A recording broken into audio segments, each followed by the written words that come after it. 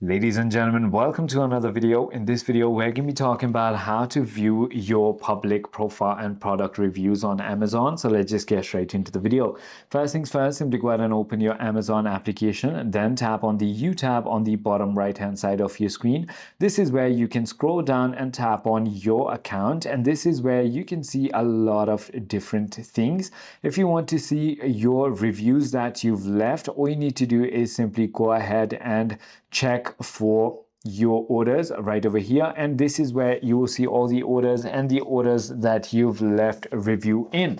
So when it comes to checking your profile, all you need to do is simply go ahead and head into your U tab again, and then go all the way up and tap on your profile name. This is where you can simply go ahead and tap on view, and as you can see, you're going to be on your profile. You can also set your preferences, your interests, and your activities right here. You can also tap on the edit tab to change your public profile name and your profile photo.